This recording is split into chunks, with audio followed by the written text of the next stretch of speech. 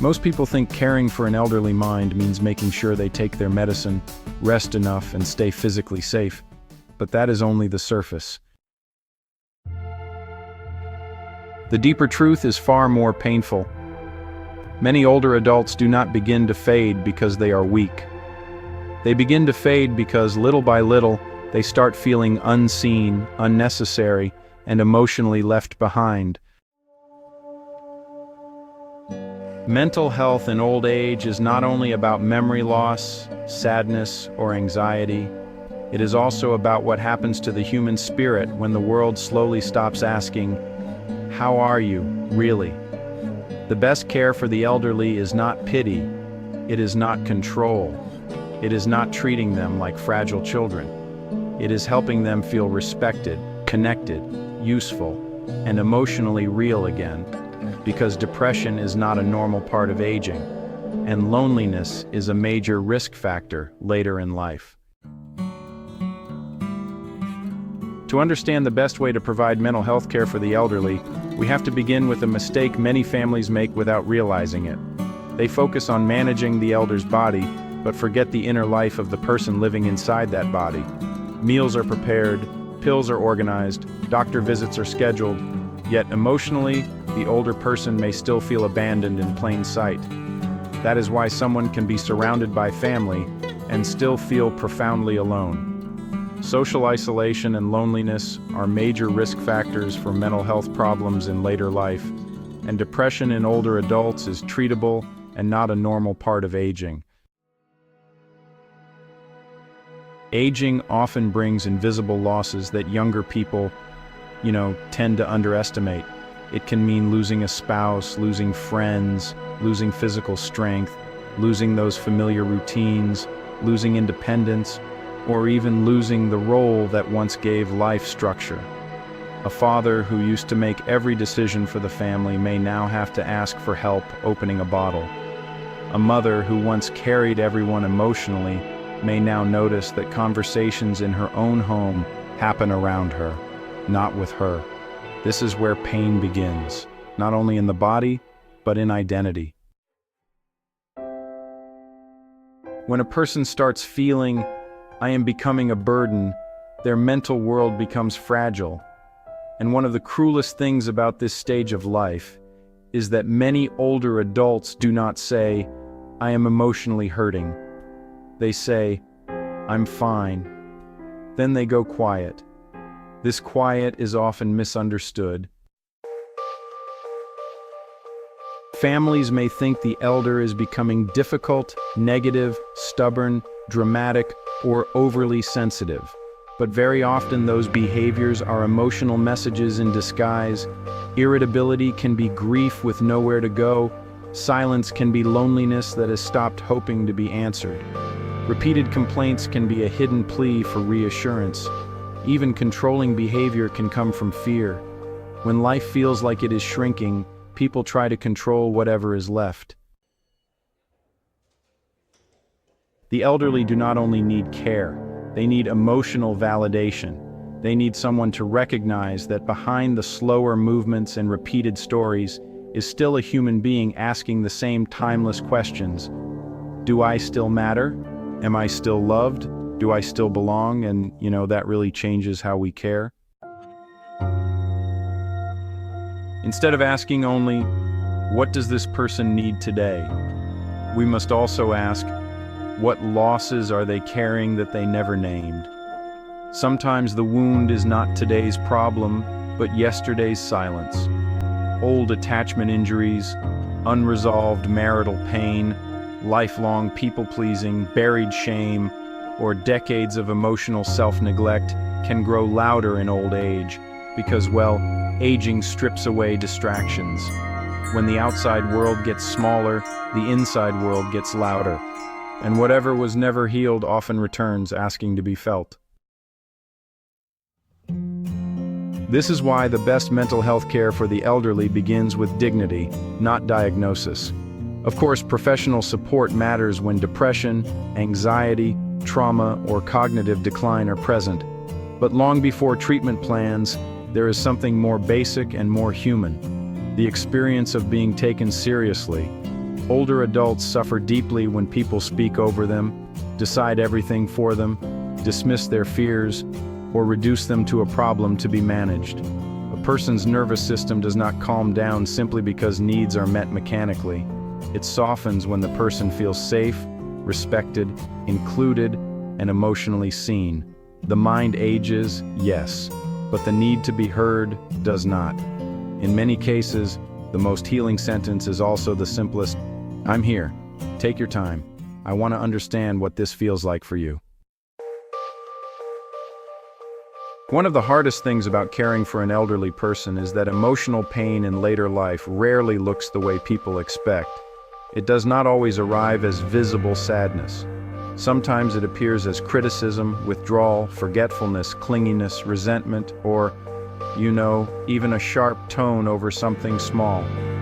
A daughter may visit her aging mother with groceries, only to be met with complaints. A husband may sit beside his wife of 40 years, yet feel that she has become distant and hard to reach. A grandfather may reject help, then feel hurt that no one insists harder. On the surface, these moments seem irrational, but underneath them is often a very human fear. If I am no longer strong, interesting, useful, or independent, will people still choose me? That fear touches the same emotional roots people carry throughout their whole lives. The elderly do not stop needing love simply because they have lived a long time. In fact, age can make attachment wounds more visible. Someone who always feared being abandoned may become more anxious when family members are busy. Someone who survived life by suppressing emotion may become even quieter and harder to read. Someone who built self-worth around serving others may struggle deeply after retirement, illness, or widowhood, because the old identity of being needed begins to disappear. What looks like stubbornness is sometimes a fight to protect dignity. What looks like emotional distance is sometimes self-protection against the pain of feeling forgotten. This is why families often get trapped in painful cycles. The elderly person feels unseen, so they become more reactive, critical, or withdrawn. The family then feels exhausted, guilty, or unappreciated, so they pull back emotionally. And that withdrawal confirms the elder's deepest fear: I knew it. I am too much now. Then the cycle repeats. In psychology, people often repeat emotional patterns, not because they enjoy them, but because the nervous system returns to what feels familiar, even when it hurts. A person who has spent a lifetime not asking directly for comfort may still not know how to say, "Please stay with me. I feel scared." So instead, the fear leaks out sideways. You see this in ordinary moments. An older father keeps retelling the same story, not only because memory shifts, but because he wants to feel that his life still has an audience. An elderly woman calls her son 3 times in one evening, not because she has nothing to do, but because hearing his voice temporarily quiets the emptiness in the house. A widow becomes preoccupied with tiny routines because structure is now doing the emotional work that companionship once did. These are not just habits. They are emotional survival strategies, and this is where many caregivers miss the real need. They try to solve behavior without understanding the feeling beneath it. They correct, rush, argue, or minimize. "You already told me that. There's nothing to worry about. Why are you being so negative?" But when people feel emotionally unsafe, information rarely comforts them. Connection does. The elderly person is not always asking for solutions. Often they are asking, in the only way they know how, "Can you still stay close to me without getting tired of me?" That is why good mental health care is not only about reducing symptoms. It's about learning to hear the emotional meaning behind everyday behavior. Because once you understand that an argument may really be grief, and control may really be fear, your response changes. You stop reacting only to the surface. You start caring for the wound underneath. And sometimes that shift alone can soften years of pain. Healing an elderly mind doesn't begin with trying to fix every sadness. It begins with changing the emotional atmosphere around that person. The best mental health care is not making them feel managed, it's making them feel met. Met in their pace, met in their fear, met in their grief, met in the version of themselves that longs to be known. Because the deepest wound in old age is often not decline itself, it's the feeling of disappearing while still alive. So, what truly helps? First, respect before rescue. Many older adults suffer not only from loss, but from the humiliation of being constantly overruled. People interrupt them, make decisions without them, correct them in front of others, or talk about them as if they are no longer fully there. But dignity is not a luxury for mental health. It is the ground beneath it. When an elderly person is included in decisions, asked for their opinion, and allowed to keep choices where they can, the nervous system feels less threatened. A person can tolerate great change when they do not feel erased in the process. Second, emotional presence matters more than perfect words. You do not need to become a therapist every time an older parent or grandparent is hurting.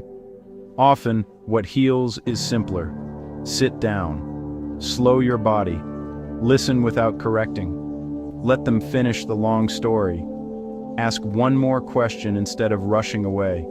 The goal is not to force optimism. It is to help them feel that their inner world has a witness. That alone can reduce the ache of loneliness. Sometimes the most powerful form of care is not advice, but attention. Third, help them keep meaning, not just routine. Routine gives stability, but meaning gives life. An elderly person still needs reasons to wake up that are bigger than medication schedules and medical appointments. They need roles, contribution, beauty, memory, faith, laughter, and moments of usefulness. Let them teach, bless, choose, help, tell stories, fold clothes, water plants, comfort a child, or share family history. A human being does not stay emotionally alive only by being protected. We stay alive by feeling connected to purpose. The quote is simple. People do not break only when life gets hard. They break when they can no longer feel their place in it. And finally, understand that care is not only for the elderly person, it is also for the relationship. When you offer calm attention instead of impatience, you are not just protecting their mind. You are deciding what kind of love will exist in your family. One day, almost everyone will know what it feels like to slow down, to need help, to repeat themselves, to fear being left behind. The way we care for the elderly is often the way we reveal our deepest beliefs about human worth. Do we value people only when they are productive, attractive, sharp, and easy? Or do we know how to love a person when they are vulnerable, grieving, and changed?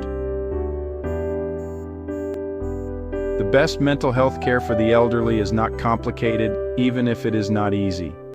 It is dignity. It is patience. It is emotional safety. It is being spoken to, not spoken over. It is being invited into life, not pushed to the edges of it. And sometimes, the most healing gift you can give an older person is this quiet message, repeated again and again in small ways. You are not too much. You are not in the way.